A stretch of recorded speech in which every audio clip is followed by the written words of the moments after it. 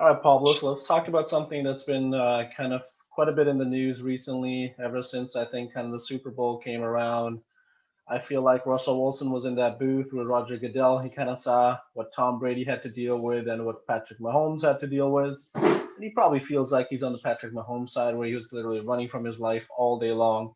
He's like, I've been doing this for 9 years. That's the reason Mm. why I'm the most sacked quarterback in the league for the last 9 years I've been in the league. And then he looked at what Tom Brady had.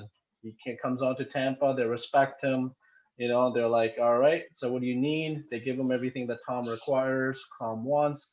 He's not being dismissed. Like we've seen some stories of what's happening in Seattle, where Pete Carroll has all the power after the death of their owner.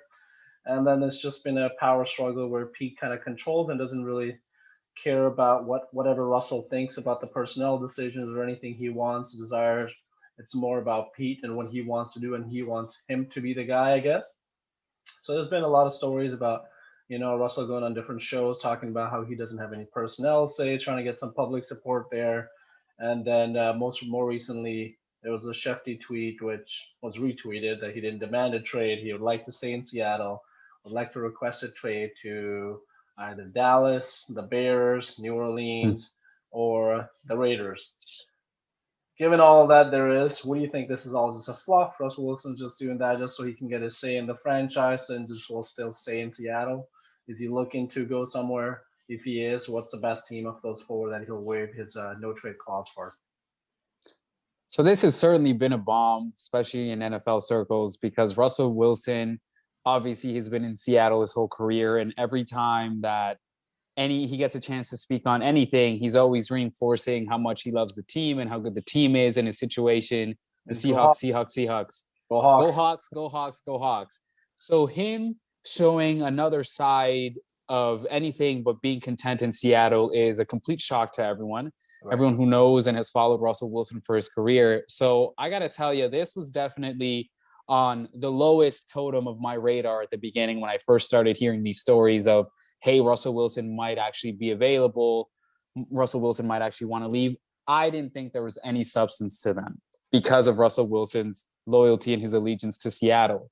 But then as more and more reports have surfaced and as we've had more and more events occur, seems like there's some definite fire where the smoke is, especially when I heard about his list of teams that he'd waive his no trade clause for. It was almost paradoxical in that they were saying there's been no trade request, right, but these are the four teams we'd waive our no trade clause for. Right. So he's definitely given it some thought. It definitely makes me think that he's weighed his options.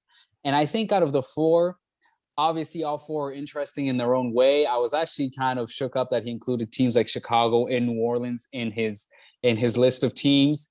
We didn't see prospective teams that a lot of people had him kind of rumored to be attached to, like the New York Jets or the Dolphins. Mm-hmm. So I think the Chicago inclusion was a surprise one. I think Las Vegas makes sense. And I think the Cowboys is a bit of a shock, but also makes a lot of sense. You know, for me, those are the two interesting teams, Las Vegas and the Dallas Cowboys.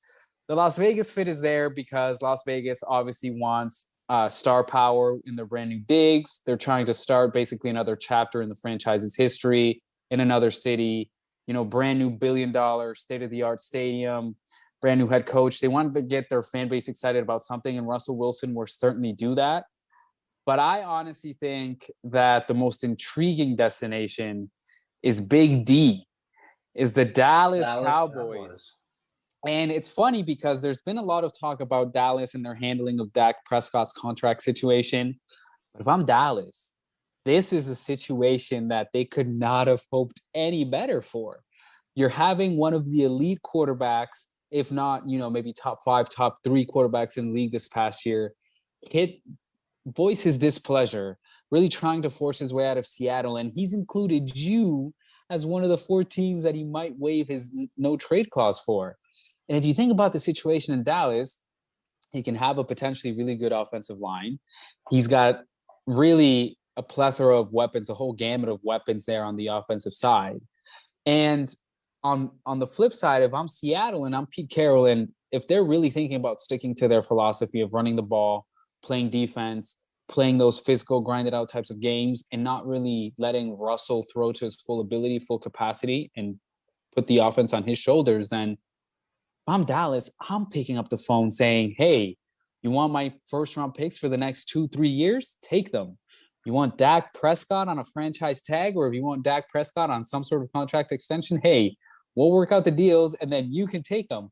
Better yet, since you like running the football so much, Pete Carroll, and since Dak has really had his most success and the team has had its most success with Zeke and Dak, I'll throw in Ezekiel Elliott in the trade deal if we get Russell Wilson back and have him in Dallas. I think that would obviously completely change the complexity of the conference, which is why that might be their biggest undoing, the fact that they're also in the NFC along with Seattle. Because I think if you put Russell Wilson under center, under that Dallas offensive line with the receivers and with the help that he could get, given the defense in Dallas is not very reliable, but at least on offense, it would be very fun to watch. What say you though, Bill? I feel like you're leaning another way in this one. Well, before I go into what I think the best situation for him is, I just want to discuss a few things. Dallas's offensive line, not very good. I think they were towards the bottom half of the league last year. It This was past year, good. were just because they were injury related, really weird absences, things like autoimmune diseases, COVID, things like that. So I Even think even the definitely a year state of flux, but even they the can year definitely improve. even the year before, I don't think they were one of the even the top 10 best offensive line. The offensive line as a whole has gotten expensive and of course old. Those two things don't really mesh well when you have a really old offensive line that's also very expensive. You're giving away Zeke, that's your running game. Although Pollard has looked pretty good. Tony Uh, Pollard has looked good. he has looked good in some of the bursts he's gotten. They could always pick some running back in later rounds of the draft. That's not a big deal. Yeah, I think they And can the make it work. I think the biggest takeaway from this thing, I think if I'm Russell Wilson, I like everything. Like the receivers are really good in Dallas. I think that's probably the most attractive piece. He wants a whole philosophy of let Russ cook, and I think that would mesh really well for him in Dallas. But that defense, I just don't think you can do it for that defense. That defense is just not very good. Like he could it would just be a situation how he had in Seattle this year where he's putting up like 30, 40 points where the defense was consistently giving up the same amount of points on the other end. So I don't know if that's particularly for Dallas. Absolutely, I would do that in a For heartbeat. Dallas, yep. I'll give up Zeke. I'll give up Dak. I'll give up. I think the starting bid. I think around what's it rumored is around Seattle wants around 3 picks just to start off any kind of negotiations. I think I would even give up 3 first round picks. Like that's nothing. It's gonna be towards the end of the first round. Hopefully, if the rust is there, and Yeah, they're just good. like but I don't think it particularly puts him in a better situation. Maybe he actually gets an owner like Jerry Jones, who's aggressive in the market, and he's always looking to make those moves and try to chase away championships. Whereas that's Yep. kind of died down in Seattle ever since the death of the owner. Now it's his sister running the show. She's kind of hands off, letting Pete Carroll run all the operations and stuff, which hasn't really worked out all that well. And for Seattle, I think it works. For Dallas, I think that trade works. I think the only person that trade does not work for would be Russell Wilson. I personally think the best situation for him would be the New Orleans Saints for Russell Wilson. He wants to go to New Orleans. He has the offensive mind head coach, one of the OG geniuses, not just some of the newer quoted geniuses on offensive end. He has Not very everyone who's worked with Sean McVay. yeah, exactly. So that's all it takes to get a job. Yeah, the NFL now is Or to even know Sean McVay. but Sean Payton's been doing this for quite some time, and he has a proven record. He can get it done. Like only limitation last year, as we talked about going into the playoffs, was Drew Brees. So if you replace him with, Russell Wilson, I would give up even 5 first rounders. Who cares? Like you'll have Russell for the next 5 years at least. Like what's the big deal? If I'm New Orleans Saints and I have a chance to get Russell Wilson at least for the next, what is he like, early 30s, 32 ish, I think around there. Yep. Yep. Uh, so at least I would say, and at least for the 5 to 7 years, like he's right in his prime. So around that time, I'll give up 5 first rounders. If they want to start with three, we'll be like, here's five. Give us Russell Wilson. Done deal. That's it.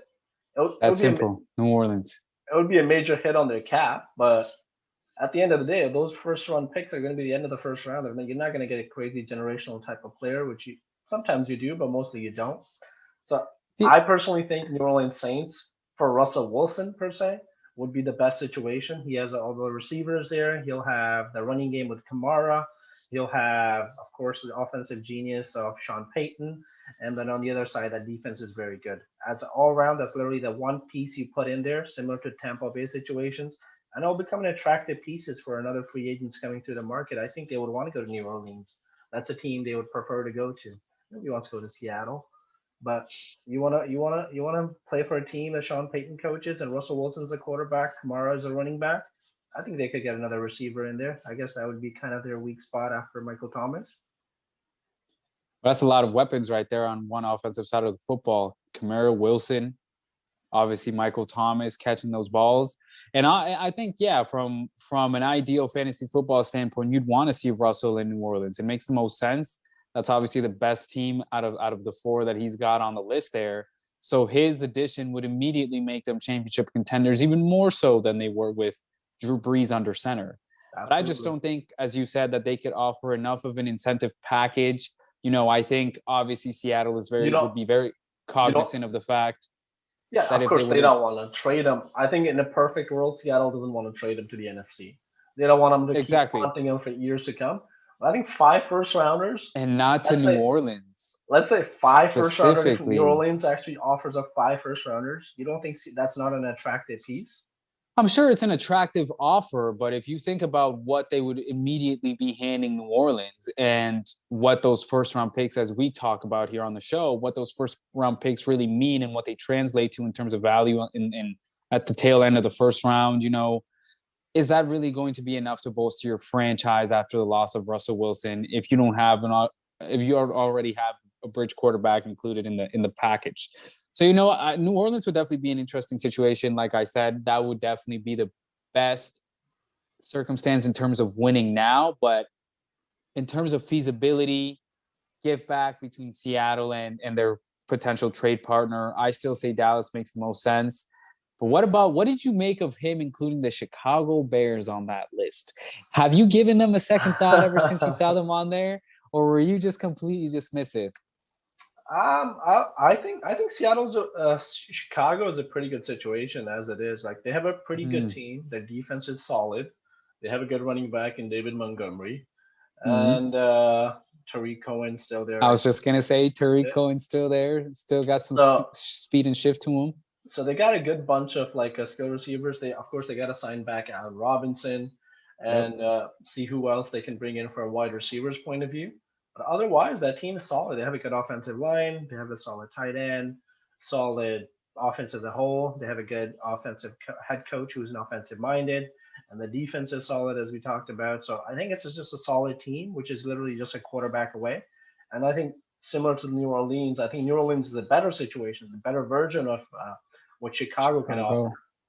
But I think it's a similar situation where it's just you pluck in Russell Wilson in there, and then there immediately will be a lot better. You already know what it is, everybody. It's been your boy Pablo. That's my boy Bill. Catch us here on the Bill and Pablo show in our next video. In the meantime, make sure you hit that like and subscribe button. We'll see you till next time. Peace.